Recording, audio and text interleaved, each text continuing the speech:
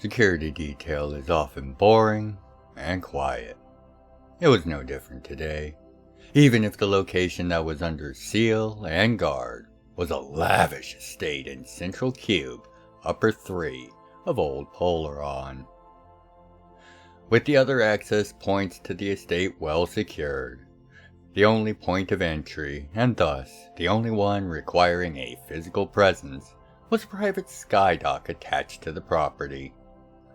While it was not a small area, capable of allowing even sizable delivery transports to both dock and offload, the degree of influence and power involved not only with the owners of this estate, but of the cube in general, saw this task made far easier by the vast arrays of security and defensive systems employed by the nobility and merchant lords that lived here.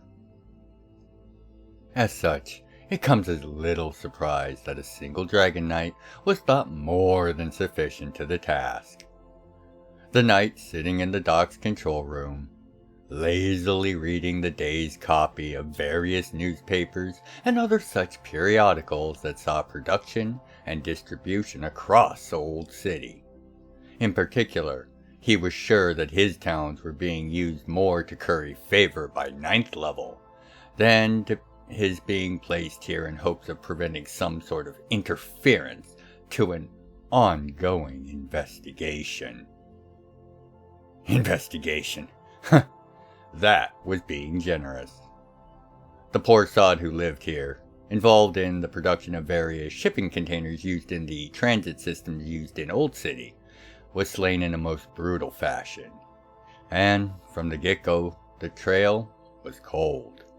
The attackers used unknown means to disrupt the scene, and most of the rest of the estate.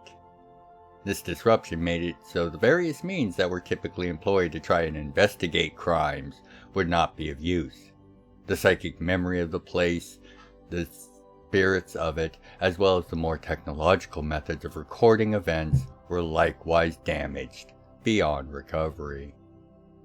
With no evidence, and the corpse so heavily damaged and disrupted itself as to bar any use of it to try to commune with the dead man's spirit, there was simply nothing to go on. There was more to things, as the knight's presence clearly showed. In the hours after the murder had been discovered, the order to seal the estate and a summons to the knight was already done and prepared. In the days after, he had seen a dozen groups, all with the proper paperwork, enter and leave, each taking paperwork and sealed binders with them. Many of them were hunters, and those of significant rank. The lowest rank the knight had seen was that of a topaz, and all of them were known to be regular agents of certain powers across the realms. This dead elf, it seemed, was in business with a number of powerful folks, all of whom wanted their privileged materials returned, and thus the political might of the situation was made a bit clearer. Simple as it may sound, the internal transit system of Old City Polaron requires that all crates be of specific standards. To ensure no disasters happen, those few groups certified to build such crates are stringently tested over and regularly to ensure quality. However, with the vast production in the Old City, new items and design requirements for crates are not uncommon, and the designs and construction of proper and legal crates is often seen as a matter of state security, as even the details of these crates could lend insight as to its contents and their eventual use. Old Polaron's place as a supplier of mass-produced goods saw nearly every sovereignty and power place some of its logistical needs to be met by the factories of its many cubes. So almost all had an interest in such matter, and likely the elf's death was likely tied to it. Without clues or leads, all was left now was for his former partners to retrieve what was theirs, and hope whichever one of them had most likely been behind this grisly act was finished, and that this was not a start to some sort of power struggle or its like. When each hunter in their group was debriefed on their return back to their home cities and states, they all had glowing reports of both the cooperation of the old city and of the blunt but helpful manner of the Dragon Knight guarding the estate. What would not be discovered for some time, and only then after a scribe was compiling a collection of these reports, was that according to the records provided by the old city, only a singular knight was assigned and on duty for the duration of the estate's sealing, for security reasons. But, according to the debriefings once they're collated, no less than 5 different scales of knight were reported as on guard. Or scales of concept. One even reported stating the knight was of the scale of diamond. And each of these was an independent sighting and group of the other.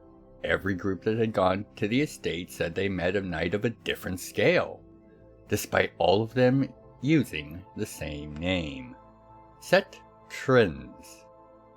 This was foolish, of course, as a Dragon Knight cannot just change his scale, can they? By the 9 and 4. Welcome to the library, and this entry of Intro to the Realms, covering the Man'ari Usurpers, a strange artifact of events long in the past, whose ripples are still subtly felt even to this day.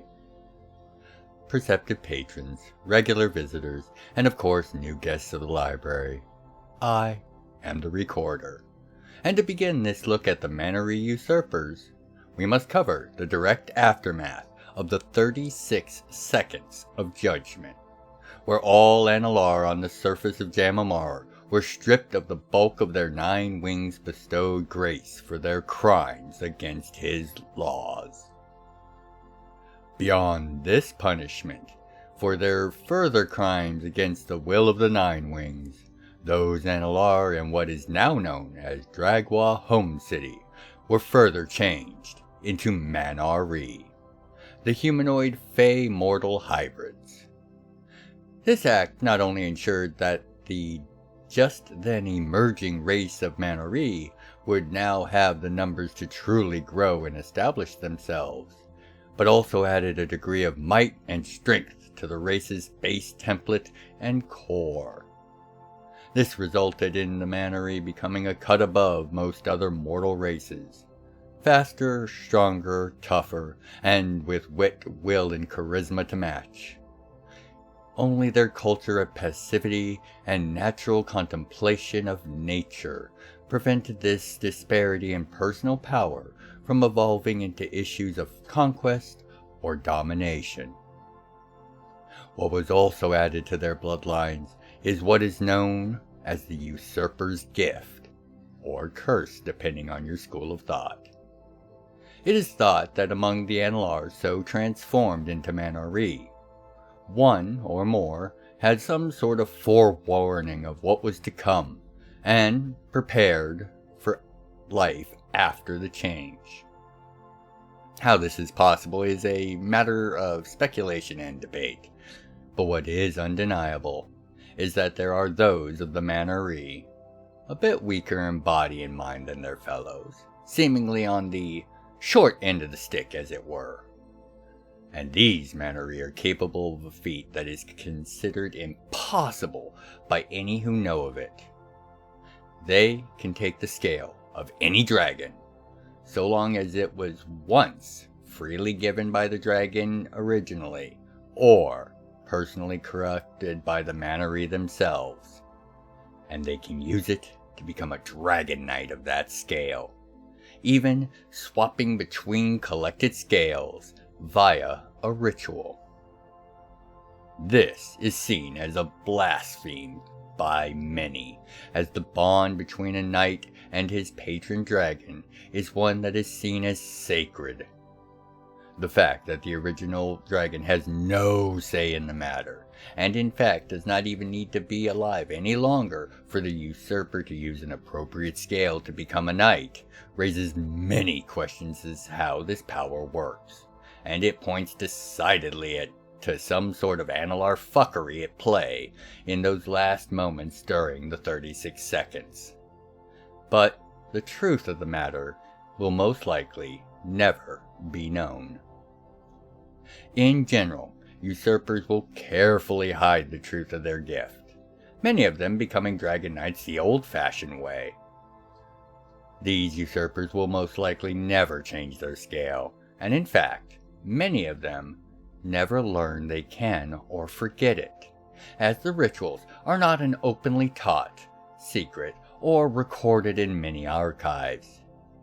However, there are those who do embrace the flexibility and power this gift does allow, and will make the acquiring of new scales to expand their collections a top priority.